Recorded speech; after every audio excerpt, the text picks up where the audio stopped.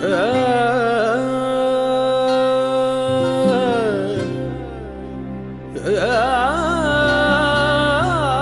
जिन्ना Rafi foundation की तरफ से इस कौम को तोहफ़ा है अगर की शक्ल में, जिसमें पाकिस्तान मूवमेंट, कायदे आज़म की कोशिशें, उनकी ब्रिलियंस और पाकिस्तान में कुर्बानी देने वाले जो कायदे आज़म के साथी थे उनके बारे ये फ़िल्म है। इस डॉक्यूमेंट्री से मैं जो चाह रहा था वो सबसे इम्पॉर्टेंट चीज़ ये है कि हम अपने माजी को कभी ना भूलें।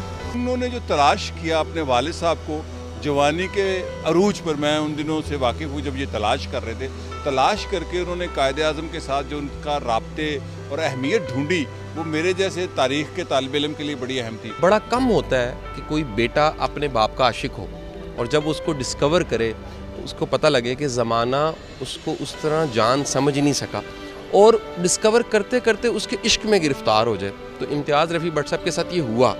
अच्छा, मैं इम्तियाज़ रफ़ी भट्ट साहब से मुतासिर हुआ और उनकी पाकिस्तानियत से मुतासिर हुआ, उनके पाकिस्तान के एक ब्राइट फ्यूचर पे यकीन से मुतासिर हुआ। और मैं समझता हूँ कि ये मूवी इंडिपेंडेंस से पहले का जो टाइम था, एक ख्याल, एक ख्वाब जो रफ़ी भट्ट साहब का था और जिन्ना के साथ जो उनकी एक कोऑर्डिनेशन थी, लव था, उसकी याद तो है ही है, लेकिन इस यकीन दिलाने के लिए भी है कि पाकिस्तान का फ्यूचर बड़ा शानदार है जो इंतज़ार कर रहा है।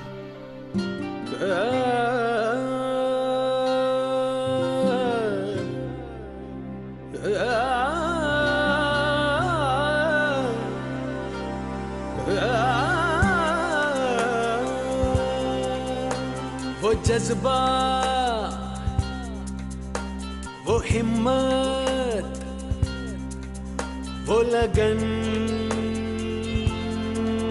जाफिशानी, वो सब कुछ नहीं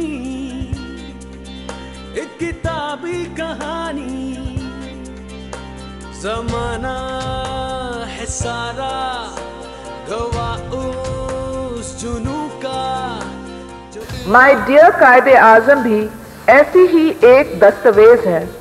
ये एक बेटे की तरफ से अपने देखे वालिद के लिए मोहब्बत और एतराफ़ की इलामत भी है। बाप की तलाश में निकले कि नगीना निकाल छोड़ा। रफ़ी भट्ट साहब को जब मैंने पढ़ा, जिन्ना रफ़ी फाउंडेशन के मटेरियल को देखा, तो मुझे पता लगा कि रफ़ी भट्ट साहब को सिर्फ इम्तियाज़ रफ़ी भट्ट का इश्क नहीं बनना चाहिए, इसे कौम का इश्क बनना चाहिए। क्योंकि कहीं कहा जाता है कि सोसाइटी का ये मेयार, एक कामयाब इंसान कौन है, ये मेयार पूरी कौम के मुस्तकबिल को तय करता है। तो हम अगर इन हीरोज़ को दिखाते और बतलाते हैं तो यकीनन वो यकीन जो मैं हमेशा इम्तियाज़ रफ़ी भट्ट साहब के पास बैठ के मैंने पाकिस्तान के आने वाले वक्त पे बड़ा यकीन देखा है, हमेशा मैं इनसे ये यकीन की दौलत लेकर के आऊँ कि हमारा मुल्क इंशाअल्लाह दिन दुगनी रात चुगनी तरक्की करेगा। ये यकीन अगर इम्तियाज़ रफ़ी भट्ट साहब का है, ये यकीन पूरी कौम का अगर यकीन बन जाए तो यकीनन हम सुपर पावर होंगे। बहुत बहुत शुक्रिया। पाकिस्तान जिंदाबाद। तो मेरी तो जिंदगी अगर में ही गुजर गई।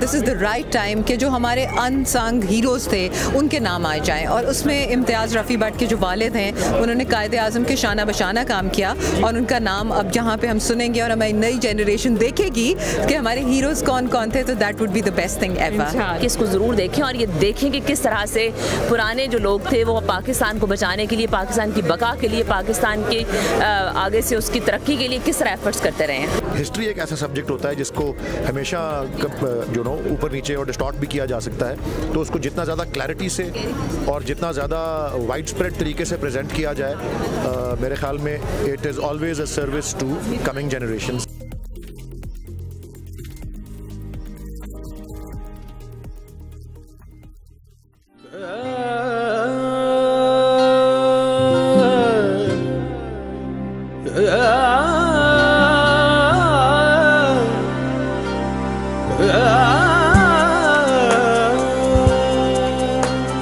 जज्बा,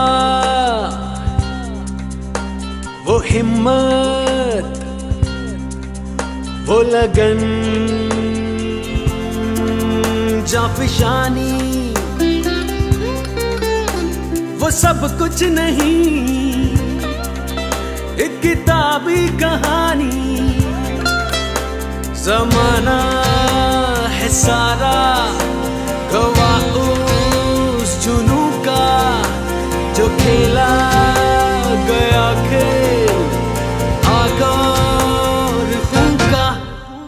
पता ना था मंजिल को भी ये सफर, वो कुर्बानियां जो ना देते अगर, वो अजदाद अपने थे सीना सफर, वो कुर्बानियां जो ना देते अगर।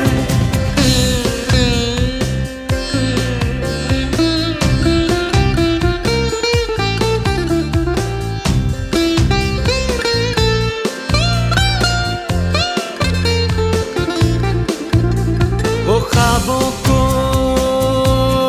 ताबीर दे के गए, वो सोचों को तस्वीर दे के गए, वो अपने लहू से इस आजादी के चिरागों को तनवीर दे के गए। ना इस रात को वरना मिलती सहर, वो कुर्बानियां जो ना देते अगर, वो अजदाद अपने थे सीना सफर, वो कुर्बानियां जो ना देते अगर।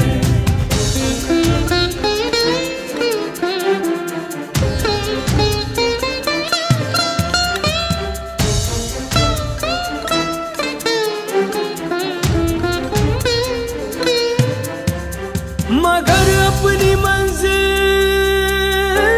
बुला बैठे हम, वो सजदा फसाना बना बैठे हम।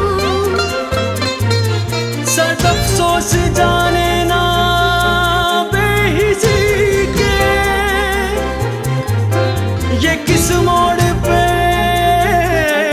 आज आ बैठे हम। ये नस्लें हैं इस बात से बेखबर, वो कुर्बानियां जो ना देते अगर, वो अजदाद अपने थे सीना सफर, वो कुर्बानियां जो ना